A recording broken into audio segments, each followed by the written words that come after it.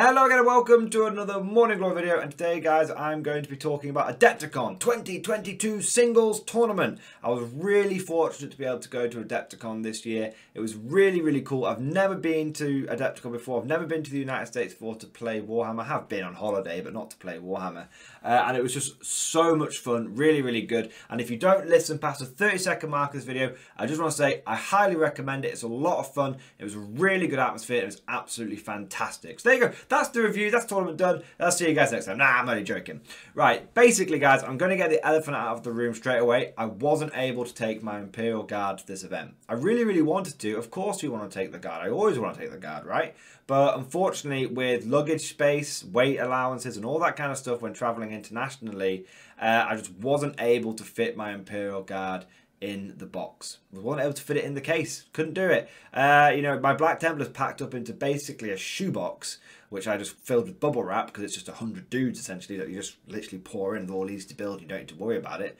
But with my other armies, like I could take my Scions, but most of those are metal and they're quite spindly and fragile. Same with if I take my Krieg/Steel Legion army. And if I take the Mordians, if anything happened to them, imagine my luggage got lost. I couldn't fit them in my hand luggage. Imagine if the whole Mordian restoration project went down the shitter because I lost it in my luggage. Just couldn't be done. Even then, I don't think again I could have fit them in the cage. You know, 300 infantry is kind of difficult to do that. 100 infantry is just about doable.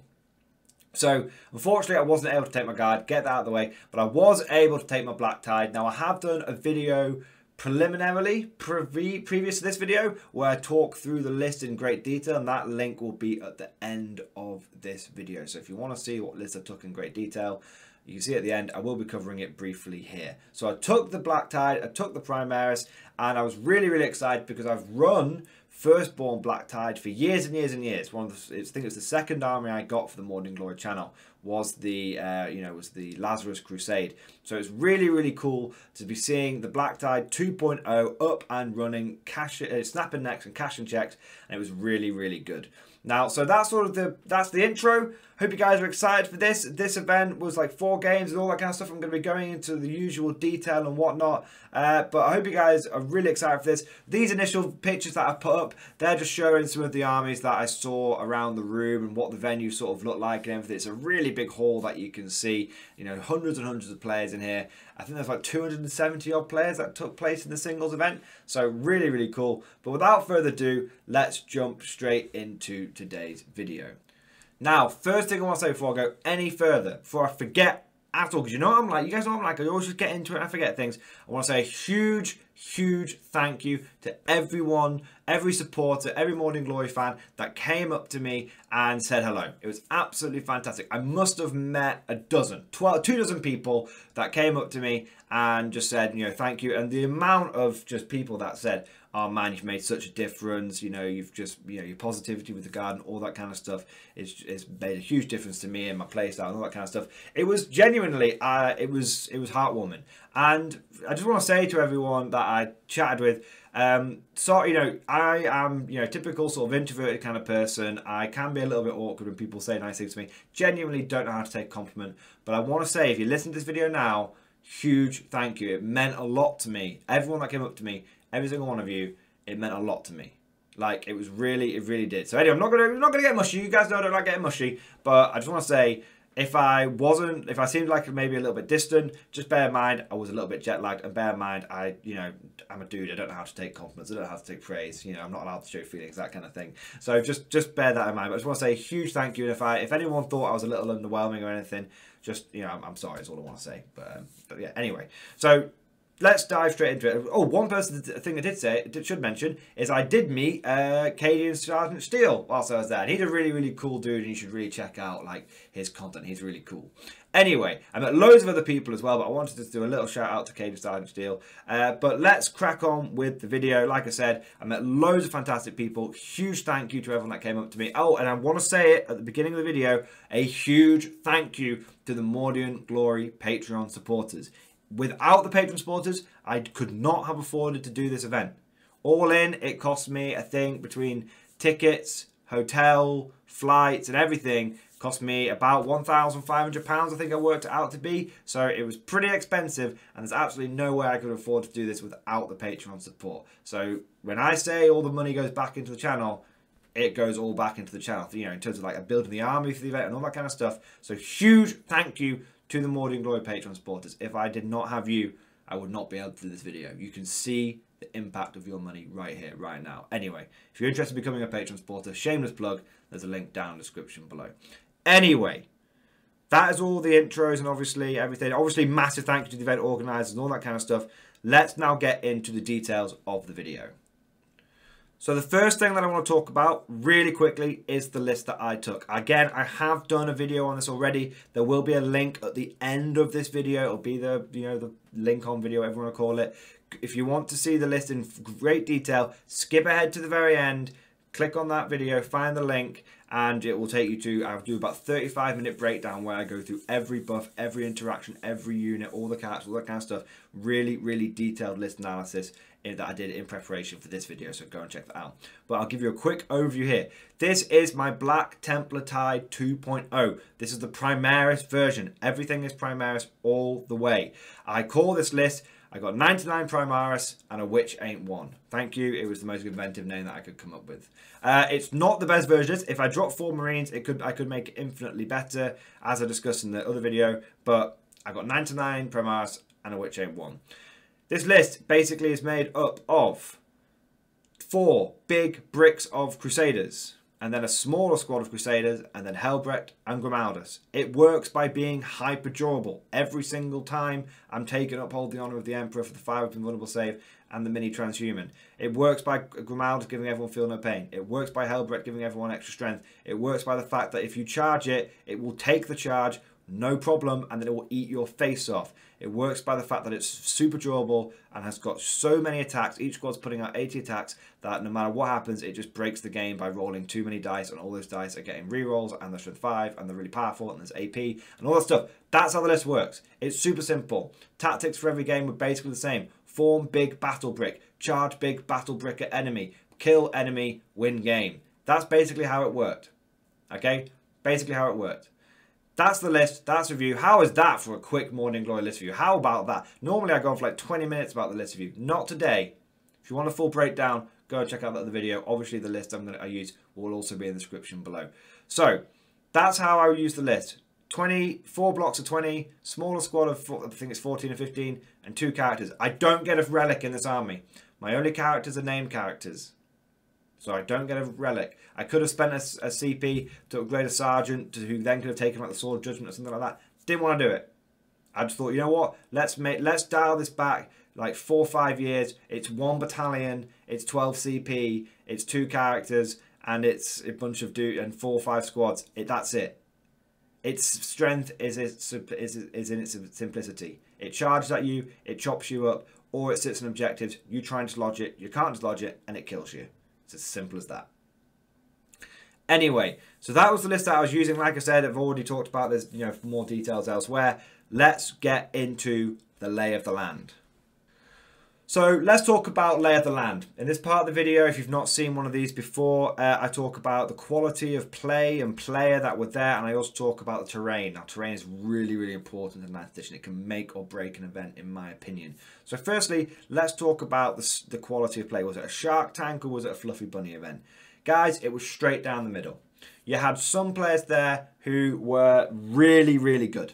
You had the whole Art of War gang there. You know, all the, you know, Brad Chest and Nick Navajo, whatever he's called, all these people, all those big players who knew what the hell they were doing, were there snapping necks, taking names, all that kind of stuff. So obviously they're really high end. I actually went to the event with Matt Robertson, who's a really, really good player. He ended up coming 2nd at the event. He could have won it. Oh, I feel really bad for him. But, you know, so you had those guys that were there. Really, really good. And then kind of the rest of us were just there with decent armies, good lists, you know, we're all about, you know, all fairly, you know, competent players. But there were plenty of people that had just brought armies that they love. You know, there was loads of guard players there who, you know, had really, really cool armies, really fun armies, really lovely armies. There, you know, I saw so many people that just obviously had armies that were strong, but they could have tuned them up massively, but they were just an army that clearly the player loved, and a lot of labours of love throughout the event. And so what I would say about Adepticon, in comparison to things like LVO or even things like London GT back in the UK, is that it is definitely a super major, and don't go in there expecting to win with a fluffy list, but it is definitely on the softer side of super majors. It's definitely, how should we put it, like, it's just a bit more relaxed. Everyone's still there to win, everyone's still there to try their best, but it has a certain vibe, a certain thing where, you know, you could have guard players turning up there and they're having a great time. They're not just getting the face smashed in every single time, for example. So I would say that if you're looking to go to a friendly super major kind of event, seriously check out Adepticon. It was really, really, really good. Like, there was just, when you go to one of these big events, you're going to come across a huge variety of player, and unless you're on the top table, so you're actually just going to be playing through loads of middle of the pack lists, middle of the pack players who are all great fun. They all know that they're there to have a good time, and that's what I found. I think if I was on like top tables and whatnot, it would have been a much more stressful situation. But I was just chilling out, going through the middle zone, and it was great. It was really, really good. So that was the quality and state of play. Some really high-end people, but the majority of players there were using solid lists and were having a good time. Now, talking about terrain.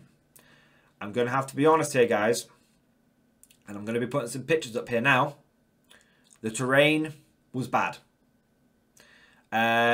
It was player-placed terrain, which was my first experience of player-placed terrain, and inevitably, it basically meant that if you were an army that, if your opponent was going to shoot you off the table, you just try and line your terrain up in a big wall across the middle, which didn't look great when you've basically got just a player who's put all their terrain in the corners, not interacting with it, and terrain that's going across the middle in some sort of weird Tetris style thing. It just looked, there was no vibe to it. Like, the terrain looked really nice, and obviously it was really well painted and all that kind of stuff, but when you actually got down to it, people who were playing the terrain properly and placing it properly, it often just looked, it just broke the fourth wall, broke the immersion.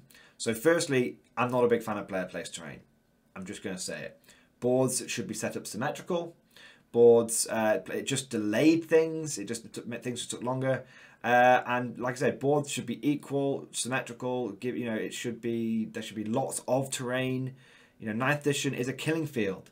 9th edition is a killing field. If a unit is exposed, it dies. This happens with every faction, especially with things with town. I've got Tyranids coming out.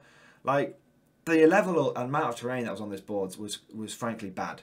And I'm not gonna keep going on about it. I don't want to, flog a dead horse or anything like that. But the amount of terrain that should have been on these boards should have been doubled, and it should have been set. Okay, because I saw loads of people getting it wrong. I got the placed terrain wrong, and the best games I had was when the terrain was already set up with my first game, and me and my opponent both just went, "It looks cool, shall we leave it?" And he was like, "Yeah." We both suggested it to each other, and we both agreed that was the way to do it. So, not a fan of player placed. I know it's big in the US, but personally, not for me. And there needs to be way, way more of it. Way more of it. There should be pictures of a Necron board on this cycle. And that Necron board was table 1. That was the amount of terrain on table 1. Yeah. It just led to no man's lands. It just led to killing fields. Because if one side knew it had an advantage in firepower, it would basically just put all its terrain away. And so even when the enemy hid for one turn, there was a huge no man's land that no one could ever get across. It was bad. It was real bad. Anyway, that was my... you could abuse... As it turned out, that's my first impressions. I had been warned, put it this way, I had been warned about that kind of terrain before I even got to the event. And yeah, I've given my recommendations. I don't want to go on a negative rant. That was basically it, guys. In the end, it turned out not to be quite as bad for me personally, because even though I was running 100 Primaris, that's not a huge horde. But if I was running guard, oh boy, I would have been buggered. That terrain was not guard friendly in any way, shape or form. Anyway, let's crack on with the rest of the video. Let's get straight in to game number 1. So the players were great. Every single game I had was fantastic. The terrain wasn't great. That's the best way to put it. However, one really positive thing I want to mention about Adepticon, and this made a huge difference, and I actually probably made it my favourite event of the year so far, and I've been to sort of 3 or 4, is the fact that they gave out these really cool mission cards, which were essentially between, they gave you all the primaries, all the deployment zones, and all the secondary missions, including the faction-specific ones, on these really cool little flashcard style things. And it basically meant you kind of got a free copy of Nachman for going to the event. I'm really glad I didn't buy a copy of that book, because I've now got all the missions and all the secondaries on these cool little cards. They're really, really good. So massive thank you to Adepticon for that. Your terrain may have been a bit poo in my opinion, in my my very humble opinion, but you've redeemed yourself with those incredible mission cards and everything. Anyway, let's crack on with the games. So, game 1 comes around, and I should say the format for this event is that there were 4 missions in one day, which is pretty tough. Started at like 9, finished at like 10:30. There were like 3-hour rounds, 2K of course, all the usual current up-to-date match play, competitive play rules were in effect. But it was 4 games, so it was kind of, and if you won all 4 games, you got to basically go into the second day, if you were in like the top 16. But for me, I was basically seeing this as a like a single day of tournament. I had no intention of going into the second day. Okay, now, well, no expectation of going to second day. If I had managed it somehow, that would have been fantastic. Spoiler alert: I didn't get to the second day. Let's just get that out of the way. Now, my first game was against a really, really nice Chaos Demons player, but he was running probably the best Chaos Demons list you can run at the moment, which is lots of Keeper of Secrets and Be'lakor. Now, I don't remember his list exactly, but off the top of my head, it was 3 Keeper of Secrets that are tooled up with lots of crazy upgrades, Be'lakor, 30 or 40 Demonettes, and a weird funky mirror thing, and then also a 3 or 4 squads of Fiends. I think that's what they're called. They're like the cavalry style things. Now, obviously you know what my list was, and now the mission was tear down their icons. So for those that don't know, it's diagonal deployment. There's 5 objectives, and there's a kind of cool sort of secondary part to the primary, but it's called prime explosives. No one primed or diffused any explosives the whole game. Okay, so let's just take that out of the equation. And to be honest, I can't remember for any of the missions if anyone really was scoring the bonuses for many of them. I think you either did it naturally or you didn't do it, basically. If it was action involved, you didn't do it. In this one, no one was doing any actions, so we didn't do it. Now, this game is going to be really, really easy to sum up. Okay? My opponent got turn 1. I didn't get turn 1 on any of my games apart from the last one, when I probably didn't want it. But my opponent got turn 1. He was able to get a turn 1 charge on one of my screening squads. As you can see on my deployment, I had sort of 2 screening squads, 2 reserve squads, shooting squads and characters. And he got a turn 1 charge. Which basically meant, guys, that by my turn 1, end of his turn 2, we were in combat across the whole board with everything all the time. There were 10 rounds of combat in this game, from the very beginning of turn 1 to the very end of turn 5. 10 rounds of combat. Once the Templars did what they do. The enemy charged in, did nowhere near as much damage as they expected to, and then the Templars started eating. Now, I didn't have as many rerolls as I would have liked, thanks to Be'lakor and other crazy things, and I was at -1 the whole time. But essentially, guys, I took down one of those big beasties a turn every turn. I had a couple of bad luck where I really should have got 2 in, like turn 3 I should have really got 2. But I took down one of the Keeper of Secrets turn 1, one of my turn 1, turn 2 kind of thing. I took another one down turn 3, took another one down turn 4 and turn 5, I believe. I got to one turn 1, one turn 2, one turn 3, one turn 4. And then turn 5, basically I had about 30 to 40 Templars left over. He was sat on some more objectives than me, but I'd got Stranglehold and some other objectives a couple of times. My secondaries were kill the big things, kill the witch, and that was basically it. And there was, like, I think it was Stranglehold was my last one. And the final score of the game should have been a draw, because I smashed him on primary, but he smashed me on secondary. But I made a really stupid mistake turn 3, and it cost me the game. So it should have been like 86 to 86. But turn 3, with my bolter squad, I really wanted to go in and kill 2 big demons turn 3. I thought if I do that, I've smashed him. And I stupidly got excited. The Black Crusader zealousy took over me, and I charged off my home objective. And I thought Grimaldus was within 3, but he wasn't. So we didn't hold it, which meant I scored 4 less points primary in my turn, and my opponent scored 4 more, which was an 8-point swing. So it became 78 to 86, and my opponent won. So that's totally my fault. Totally and utterly my fault. But what I would say, guys, if we take that out of the equation just momentarily, I'm not dismissing the loss, man. I'm not taking away my opponent's win in any way, shape or form. Just comparing the two lists. You've got the best Chaos Demons list that you can feature at the moment. Has consistently won or placed top 8 in multiple events, even at this point in 9th edition. The crazy end of 9th that we're in. Versus my meme list, which I purposely nerfed so I could get 99 people in and say, I got 99 Primaris and a witch ain't one. Okay? My meme list went toe-to-toe with the top demons list. And I probably could have played it much better, but I was jet-lagged out of my wazoo. But to be fair, my opponent looked pretty tired too. So I'm not going to count that for anything. So basically, guys, I totally lost, but I lost the game, player error. The list did what it should have done, which it basically ate everything that it came across and still had about 40% of the dudes left by the end. So that was a really, really good game 1. I counted it as a loss, but in terms of the list strength, I counted it as like this list is equal to this list, which is cool.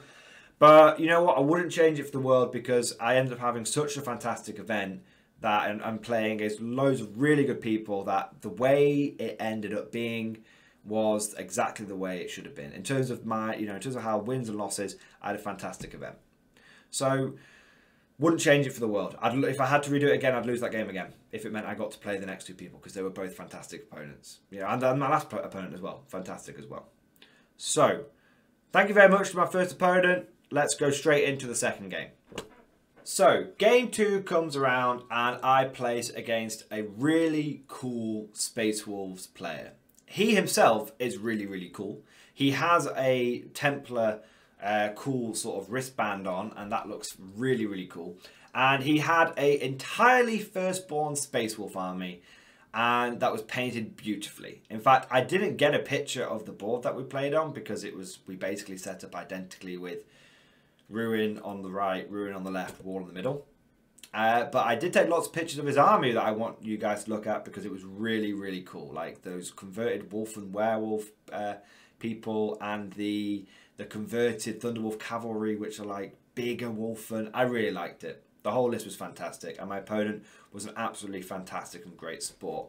Now we had some interesting sort of... Our lists were very similar but very different. His list was lots of dudes with jump packs. I think pretty much everyone had a jump pack, with lots of like melter guns and power weapons and storm shields. But he didn't have as many. He didn't have as many as me. He probably had about half the dudes I had, but every one of his dudes had upgrades out the wazoo, whereas my guys just had bolt pistol and chainsword. That was what I was rocking, and that's all I needed. If the bolt pistol and chainsword can kill a greater demon, it can probably kill a furry wannabe, can't it? Sorry, Space Wolves, but that's just kind of the way it is. Now, the mission was Tide of Conviction, and very unfortunately for my opponent, this is the one game that I had practiced before from the new Nachman book before coming to Adepticon. I played this one twice, so I actually knew what I was doing in this mission, unlike the last one. Now, the mission for this one is basically, you know, it's the usual 4, 8, 12. And then you get some more you get some more points you get for overrun, which is sort of like the tertiary part of the mission. At the end of each player's first, second, third and fourth turn, the player whose turn it is scores 2 victory points if they control at least 1 objective marker in their opponent's territory. At the end of the battle, each player scores 4 victory points if they control the objective marker in their opponent's deployment zone, and 2 victory points for each other objective marker that they control that is their opponent's territory, but for a maximum of 8 victory points per player. Okay. Now, my opponent had speed. He had power. But I had numbers, durability, and the ability to really take a lot of objectives. There's 6 objectives in this game. 3 of them are basically on your side of the board, and you can get to them by walking onto them turn 1. Okay, 1 is in your deployment zone, 2 are very much in your zone, which means that you only need to get like an 8, you know, a good advance turn 1 or a good charge turn 1, and you could be on your opponent's objective pretty quickly, pretty bloody quickly.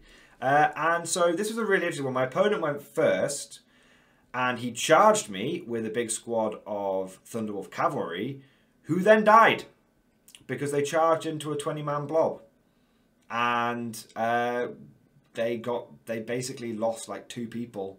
They killed like 6 Marines. I was hiding behind a big wall. We both did the same thing with our terrain. Like I said, big wall, hiding it, and then ruins on either side. And so he charged in, killed a few Marines, then lost half his squad, and then in my turn, I killed the other half of the squad. My turn 1, he had moved up with another squad of his Thunderwolf cavalry. They hadn't quite made the charge, so I got the charge on him and used it to basically just really yeet myself up the board. And so what ended up happening was a really, really interesting, funny game. And my opponent, he went really aggressive turn 1, and he realised after playing my list, he probably should have played it much more cagey and used his mobility, because every time he charged in, he was like, I don't want to charge you, but my army needs to charge you. Because every time he charged in, I would get punched in the face. My Marines would take it. They'd smile. They'd spit on the ground and go, is that all you got? And then they would kill his army that charged me, his squads that charged me. The end result was my opponent effectively tabled himself on his turn 4. It was brutal, but he didn't have a choice. If he didn't come at me, I was going to sit on every objective. Or at the very least, I was going to sit on 4 objectives with loads of squads, strung out, everyone getting buffed by Grimaldus, and doing that thing where it's like, you got to come and take me off the objectives. So he had no choice. He said, you know, my fair play to him, he said he could have played it cagier. Maybe he could have, but he's a combat army. He had to try and charge into me, and he bounced. When I say bounce, don't think he didn't do any damage. Every single time someone charges me, they do damage. But they don't do enough. And as long as there's 10 Crusaders left, that's 40 attacks. And they're probably getting some form of reroll somewhere. And that's not a good... And they're strength 5. And that's not the end you want to be on. That's not the receiving end you want to be on at all. So it was a really brutal game for my opponent. Secondaries, I took things like Stranglehold...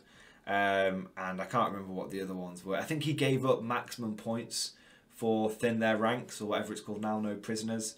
Yeah, at the end of the game, my opponent scored like a respectable amount of points, like sort of 70 odd points. And I maxed. I got 100 points. It was pretty brutal, I'm not going to lie. So that was game 2. And it was, you know, my opponent had a lot of fun. I could tell that he enjoyed, we had a good time, and there was loads of fun, and I bought him a drink and everything was really nice and everything. But I could tell he was like, God damn, that was a bit of an annoying game to play. Because, you know, I kind of get what he was feeling like. His army was designed to come in and chop stuff up, and he wanted to feel that momentum.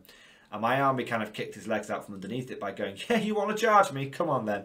So I kind of get why it's a bit of a funny one. But that's what this army does.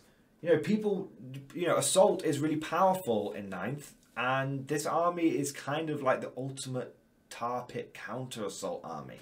It's crazy, it's weird, but it works. So that was my game 2. Smashed it, but had an absolutely fantastic game. But let's not mess around like a Black Templar, Black Tide. Let's just keep on crashing through into the next game. So, game number 3. We're smashing through this video, guys. Absolutely smashing through it. Game number 3, the mission was Data, Scry and Salvage. And my opponent was a Black Templar player. Insert Spider-Man pointing at Spider-Man meme here. It was, to say the least, this was probably the most I've laughed in a game in a long, long time. I'll be honest with you guys. At this point, I'd basically been drinking beer and other such alcoholic substances from about 9 in the morning, 9:30 in the morning. And you know what? My opponent had as well. So both of us, we weren't like, you know, passing out or anything like that. But both of us, you know, basically been on the beer since the beginning of the day. But, you know, we've had lots to eat and everything in between. So both of us were, you know, were at that, what's that, like that merry phase. I think the Americans call it buzzed. You know, we were buzzing a bit. You know, we were merry. That's what we'd say in the UK. We were pretty merry. But we weren't pissed, we weren't drunk or anything like that. But we were at that point where both of us were like, hey, it's a Black Templar mirror match. Let's figure out who's Helbrect is the real Helbrect and who's the Skinwalker. Let's figure out who's Grimaldus is the real Grimaldus and who's, you know, the Talaxu face dancer. You know, like, that's where we were at, essentially. So, the mission, like I said, was Data, Scry, Salvage, which was a similar but slightly different diagonal deployment to the first game. And it had 6 objectives. So you can guess what my plan was. Yep, I pretty much sat on 3 of them the whole game, and where needed, took a 4th one. And in fact, sat on 4 objectives the whole game, is what I'm saying. And then there was a secondary bit to the Data, Scry, Salvage, Data Intercept. It's an action. 1 unit from your army can start to perform this action at the end of your movement phase if it is within range of the objective marker within its own deployment zone, and no enemy units, excluding aircraft, are within range of that objective marker. This action is completed at the end of your turn, provided the unit attempting it is still within range of the objective marker. In this mission, if a player controls an objective marker that is in no man's land at the end of their command phase, and 1 or more units that are in range of it has the objective secured ability or similar rule, it remains under that player's control unless their opponent controls it at the end of any subsequent phase, even if there are no models within range of it. So you hold the objectives. And basically, if you complete the action and you stay within range of objectives, each time a unit from your army successfully completes a Data Intercept action, you score a number of victory points equal to the number of objective markers you currently control that are in no man's land, to a maximum of 3 victory points per action. So basically, do the action, your home objective, control no man's land once, get more primary points. This would have been a secondary, optional secondary pre-enactment. Now it's a tertiary. So this is one of the first game. This is the second game where I properly used the player place terrain. I made a big wall. I hid my home objective. My opponent did something fairly similar. He tried to set up some fire lanes, but I basically blocked it off. And yeah, there was a bit of a no man's land. I very unfortunately didn't get any pictures of this game, and I didn't get any pictures of my opponent's army either. So I'm doing the voice audio bit for this mission, but I'll put some pictures in to stand in for it. So apologies, I don't have the pictures for this game. Now, my opponent got turn 1. I didn't get first turn until the last game coming up. I took Upholding of the Emperor, and my opponent was going to take that until he realised it was literally useless because I was only AP2 on all my stuff. So my opponent then took the one that means he's in the Assault Doctrine all the time, but he can't fall back. His list was 3 Redemptor Dreadnoughts, some Crusaders and Assault Intercessors, Grimaldus, a big smashy Chaplain on bike, Helbrect, some Eradicators, and a squad of 5 Terminators. And that was pretty much his list. So he'd gone down the Redemptor Dreadnought list, which is actually, if you were to look at what people are running in competitive 40k, it's meant to be the more powerful Black Templar route. But as you guys will see, spoiler alert, it was not the case. So what basically happened here, guys, and apologies again for no pictures because it's going to be a little hard to visualise, but, you know, bear with me. Is my opponent moved forward, got some early shots off, did a bit of damage, but did nowhere near as much damage as he thought he was going to do because of the invuns and whatnot. And so then, and he had plasma cannons on all his dreadnoughts. So then what happened is essentially I moved forward, hugging the terrain. I actually got a turn 1 charge on him because he moved far too, in my opinion, far too aggressively with his infantry that was on my right hand side of the board. So then I was able to get a turn 1 charge thanks to the Black Templar reroll for charges, which meant that I was able to deny him a lot of primary, because you have to hold two or more objectives to get any primary. So basically, that sort of first turn slingshot that I got was really, really effective. And then turn 2, he moved forward a bit more. My turn, you know, shot some more, fine. Got a bit of a counter charge off, fine. I kind of absorbed it. That was fine. There wasn't a huge amount going on. Like I said, he was sort of stomping forward and shooting a bit. And I'd had one squad that got yeeted up, but the others were sort of playing back a little bit. And then my bolter squad was just doing the data intercept every single turn. And then my turn 2, I moved as far forward as I could, charged, and it was round upon round upon round of combat. So in the first turn I killed his Crusaders, so mine were the better Crusaders. In turns 2 and 3, I killed his Smashy Chaplain, his Helbrect, and his Grimaldus. And then turns 4 and 5, I got his 3 Redemptive Dreadnoughts, I believe. Maybe I got 2 out of the 3. And he ground me down. And I was losing... One turn, I lost 20 Marines in one turn. One turn. The rest of the turns, I probably lost about 10 Marines a turn. So turn 1, I lost 10. Then I lost 20. Then I lost about 10 to 15, 10 to 15. So by the time the dust had settled, I had lost, I would say, because he didn't kill any on his turn 5, really. Basically didn't kill any.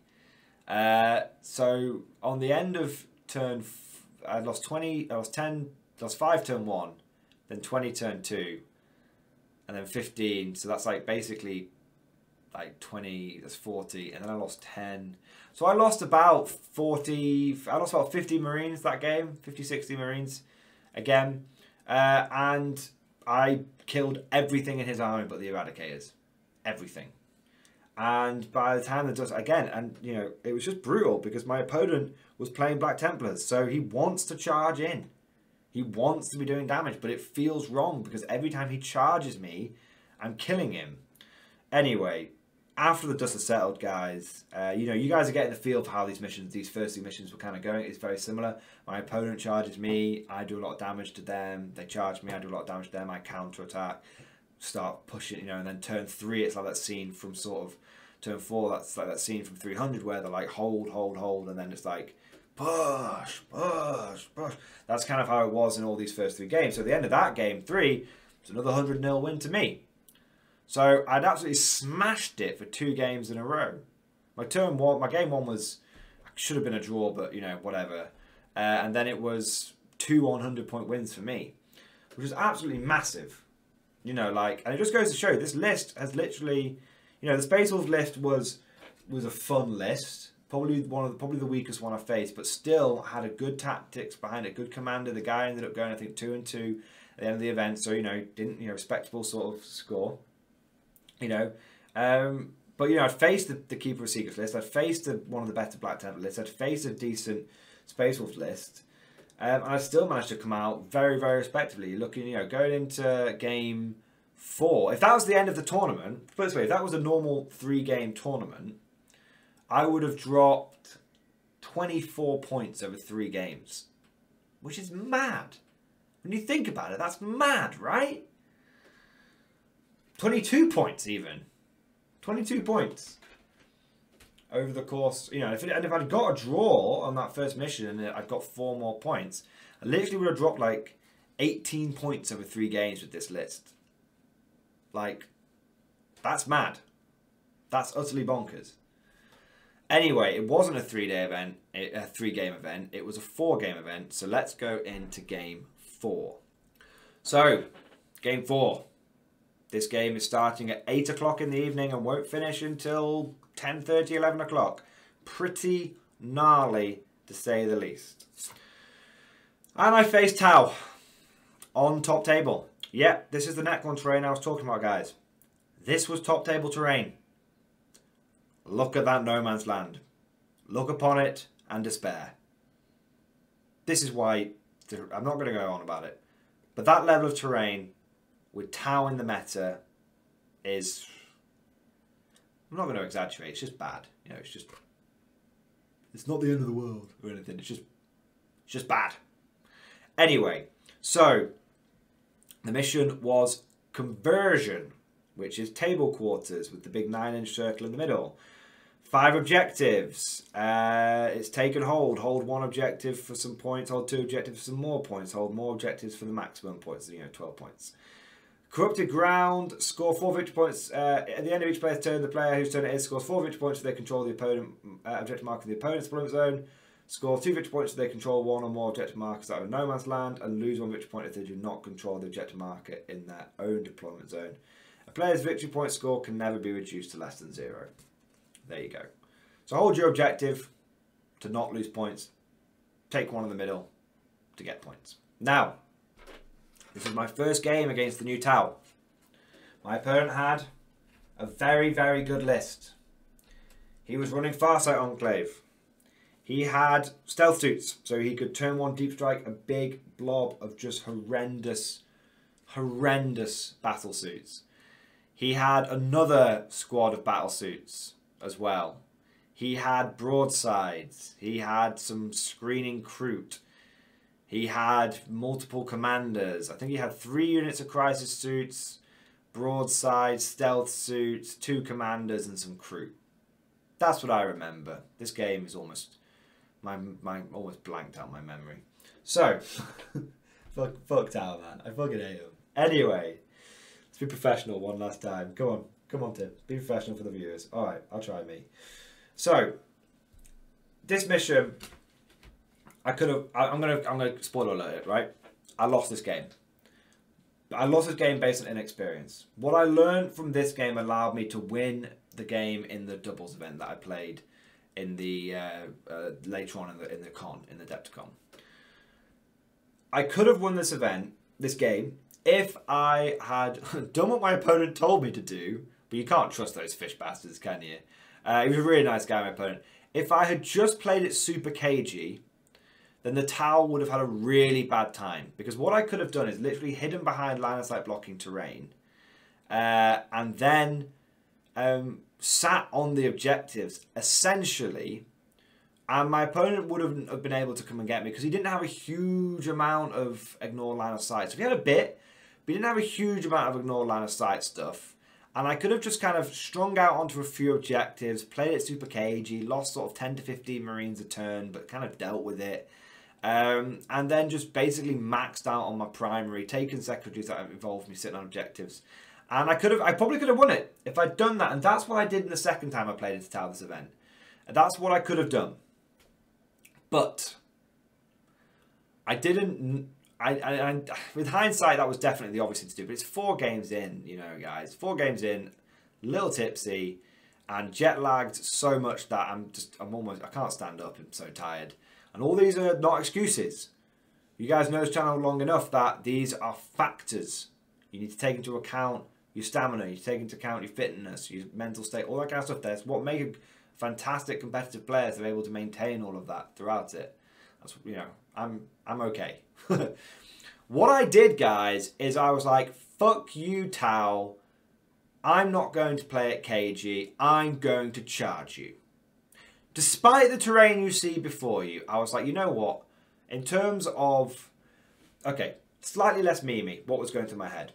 I thought, right, I've played, you know, I've had 3 games already. In terms of how, if this was a regular RTT, I've gone 2-1. And it could have been 2-1-0, you know, 2 wins, 1 draw. I'm very pleased with that performance, and I've got plenty of evidence to show that this list can do what it can do, and it's a solid mid-tier, upper mid-tier list. This is the new Tau. I haven't played into the new Tau. I need to get as much battlefield data as possible so that I can do a review and bring it back to the viewers. That was what was really going through my head. How good is this Tau firepower really? Because no one up until this point has been able to remove a 20-man squad in one go. No one. And so I thought, fuck it, right? Let's just charge him with everyone and let's just see if we make it. Because if we do, we're going to smash him. And if we don't, then we know that we should have played cagey. And that's the learning experience and that's the data that I can bring back to you guys and we can adapt it for Imperial Guard shenanigans, right? So I literally form up everyone in the battle brick. Turn 1, I sort of lose sight of the plan slightly. I get first turn, by the way, and I try and go for a couple of objectives. Benefit of hindsight, I literally should have fucked off all the objectives and just gone, I'm coming for you. Battle brick mode, okay? So turn 1, I move forward as fast as I can. All advance, all the way, no messing around, having a great time. I go on a couple of objectives. I leave the shooty small squad behind. Again, shouldn't have done that. If I'm going for the all-in Tau charge, I should have gone in for the all-in Tau charge, right? So anyway, I played it about 70-80% right for my tactic I was doing, and 20% I tried to play objective. I shouldn't have done that if I was going for what I was going for. Turn 1, he opens up. He is able to use stealth suits to bring in things from reserve turn 1, and he just lights up my front squad. But my front squad has got Fire Feel No Pain and they get transhuman on them. He doesn't kill that squad. He kills 15. This is an entire Tau gun line. He kills about 15, 16 after morale. I think I got the 1 on the morale. He kills 15 or 16 guys from the front squad and tickles a few other squads. That's an entire Tau gun line. That is a testament to the durability of this list. My rolls weren't fantastic. I was just getting a few spikes here and there in the Feel No Pain. It's a 5 Feel No Pain. Transhuman, 5 Invulnerable save.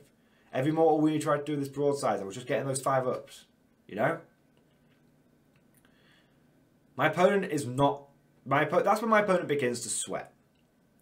Okay? The charge of the Light Brigade continues. My turn 2, he's set up a weak screen of crew when he realised like what I was going for. He's, by the way, deployed his entire army in his corner, essentially. He's got another unit in reserve.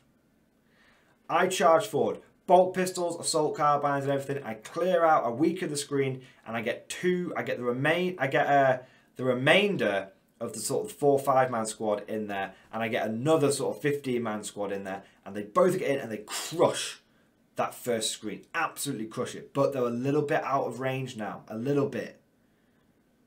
It's the problem. I shouldn't have gone for that turn 2 charge. I should have weathered it and gone for an all-in turn 3 charge. But turn 2, I sweep away the initial Tau screen. My opponent's turn 2, he kills those 2 units. There's still a few survivors. I think he kills the 4-man squad, and there's about 4 or 5 left in the squad. But again, he hasn't killed 20 Marines. At this point, I've got like 70 Marines left. We're still going, guys. 70 Marines. He has a weak screen, but that screen includes his stealth suits. At this point, I've killed all his crew, and he's got a stealth suit and one of the crisis suits as part of his screen. Okay? I crash in. Again, the remaining 5 dudes and another 20-man squad. Crash in. Maybe it's about 15 because, again, scattered damage. Crash in. I clean the stealth suits up. I really, I don't quite kill the battle suits, but I really do a lot of damage to them. And I'm like, I'm here. I've got 70 Marines. 70 Marines, and he's got no screening. He's literally backed up into a corner. He's lost significant chunks of his firepower. He's got no breaches. He's got no stealth suits. He's got no crew. He's taken some damage on one of his crisis teams. He's only got 1 unit left in reserve. If I can just hold, bear in mind his firepower is now reduced.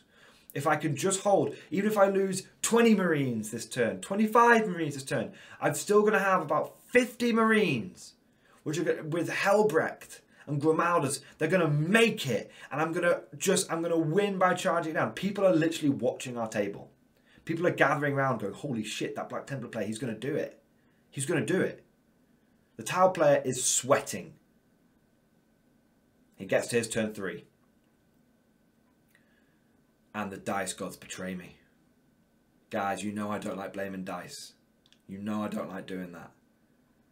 I fail every no exaggeration. It wasn't like I made 1 or 2. I fail every 5+ invulnerable save. I then proceed to fail every single feel no pain. I make not a single save, not one, in my opponent's turn 3. My army evaporates. I lose 40 more, 45 Marines. I think by the time to settle, I had Helbrect, Grimaldus, and the tattered remnants of maybe 20, 2 squads, 20 guys. I shit you not, guys, I lose between 40 and 50 Marines in one turn. My opponent has a turn that's on fire. Like every single shot, not every single one, but like he gets really good hits. He gets really good wounds despite transhuman. The dice, clearly the dice gods just they gave me hope. Maybe my dice rolls were slightly above average turn 1, turn 2. But it just swung at the worst possible moment, guys. It was heartbreaking. You can hear it in my voice. I hope you guys can hear it. I was so close to winning a game against Tau the right way. Do you know what I mean? Like the Templar way. The narrative way. I was this close, guys. Even if I'd lost 30 Marines. Even if I'd lost 25, 25 Marines. I was so close, guys. The victory was there. I would have been in amongst him. He couldn't have done anything. He had to bring his reserves down both times in his deployment zone. Both times. It's just heartbreaking, guys. But that's it. It's a dice game. But you know what? Again, I walked away from that game with my head held high. I could have played it cagey. I could have played it wanky. I could have done that. But I hope the vibe you've got from that game, and I hope the vibe you've got from this whole... This is a bit more of a different tournament review. I hope it's felt a little bit more aggressive, a little bit more zealous. It's meant to have been. I'm trying to lean into that Templar vibe with this review. The Guard ones are very statistical breakdown, very matter-of-fact business as usual. These Templar ones, I just played it narratively. I just charged, I attacked, I charged, I attacked, I smashed. And, I only lost, totally properly lost one game. I lost one game because of my own retardedness. Sorry, not politically correct, my own stupidity. I'm going to leave it in. You guys know what I'm like. But I lost one game to my own stupidity. I smashed 2 games and I had Tau. I had Tau guy genuinely sweating. And after that game, we called it after that turn. We're like, yeah, that's like done, isn't it? It's like, yeah, that's it. I think we played it out, and because I managed to somehow, because I've been like trailing back to objectives and stuff like that, I think I got like 60 or 70 points still. Do you know what I mean? Like I still did really respectably. But my opponent, like, he got like, what, 90 off points or something. He smashed it. So anyway, that was the final game. So let's do a quick wrap up and talk about some lessons learned and final thoughts. So that was it. That was the singles day at Adepticon. I unfortunately didn't get into the second day. Now, however, funny thing was, if I had won my last game, because I'd scored so highly in my other games, I actually would have got into day 2. But let me tell you guys, I was so tired. I was so glad that I had that, because that tournament was on the Thursday, and I had the Friday off just to wander around the con and just chill and just view some things and whatnot. And so I had that. So I was so glad I had that day, because if I'd had to play 40k literally 4 days in a row and played 13 games. Oh, it's knockout the second day. Yeah. Anyway, point was that I didn't get through the second day, but I did end up placing 76th, I believe. Out of 270 something, I placed 76. So well in the top, like quarter, like well in the top sort of 25%, 30%. So I'm really happy with that result. The meme list I took smashed it, guys. And as I've said, as I've discussed in the list review video that, again, is at the end of this one, there's ways you could seriously improve this with some very, very minor tweaks. There's some ways you could seriously improve this list. What did I feel about the event overall? I really, really enjoyed it. I have no negative things to say about the event, the players, or anything like that. And I met loads of fantastic people over the course of the whole con. I will be doing a separate video where I just talk about the con and the con experience and all that kind of stuff. But it was really, really good. And it was fantastic. I had a really, really, really good time. The only flying the orbit in this terrain, I know I've banged on about that. I shouldn't have. Maybe I've made it sound worse than it was. But it was just in a couple of places it was a bit gnarly, should we say. But overall, it was really, really fun. 4 fantastic games against 4 fantastic opponents. Lessons learned for me, I really should have practiced with this army more. I only played 2 practice games, Nakmund practice games, and they were both the same mission. And they weren't like Adepticon specific or an Adepticon terrain or anything like that. So it's the first time I've gone into an event with where I'm not prepared for the missions, and that made a difference for sure. Especially on that first one, on that last one, made a huge difference. First time playing Tau, they're grim, they're tough, but they're not unbeatable. Not unbeatable at all. Harlequins, this is already around the internet now, but Harlequins are utterly, utterly oppressive. Very fortunate that I didn't have to face them, considering there were a lot of Harlequin players with all the boats flowing around. What else? Oh, yeah, in terms of practice, yeah, I am 100% sure, and I will hold my hands up here, I'm 100% sure I got loads of rules wrong and that I missed loads of stuff.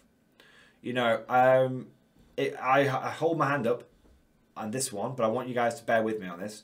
I was playing Grimaldus wrong for the first 3 games until I played against my Templar opponent. I kid you not. I thought that one of his relics was reroll 1s for the when rolling to get your litany off. It's not. It's +1 when chanting the litany. Let me tell you guys, I rolled a lot of 2s. Let me tell you, it definitely was a mistake, not in my favour. I didn't re-roll a single one of his litanies. Didn't get any 1s, but I got a lot of 2s that I thought didn't get the litany off, but it did. So whilst I was playing that rule, it was kind of like re-roll 1s versus getting +1. I guess someone had to do a statistical analysis on it. Let me tell you, the dice gods were really messing with me. You know, didn't get any 1s, kept rolling 2s, and I should have been getting litanies off and I didn't. So that's an example for you. I'm sure I got loads of the, like, you know, Black Templar, like litanies and stuff like that wrong. I'm sure I missed that. I'm sure there's loads of stratagems in the Space Marine Codex that I should have known. But the only 2 that I was aware of was the one that puts you in all the tactical doctrines and the one that puts you into transhuman. That's it. So I'm sure there's loads of other stuff I could have been doing, but I just didn't know. I didn't know the rules. And so what I would say from this, guys, is firstly, if I played against you and later on you realise that I got something wrong, I just want a full hand-on-heart apology, say, I'm sorry. Believe me, it wasn't intentional. Especially if you think I got something wrong and it was in my favour, please put it down in the comment section and tell me. I will learn from it. I will make that a lesson learned, and I will hand-on-heart apologies, and you can just consider the game, like, just forget about it. Like, don't worry about it. Okay?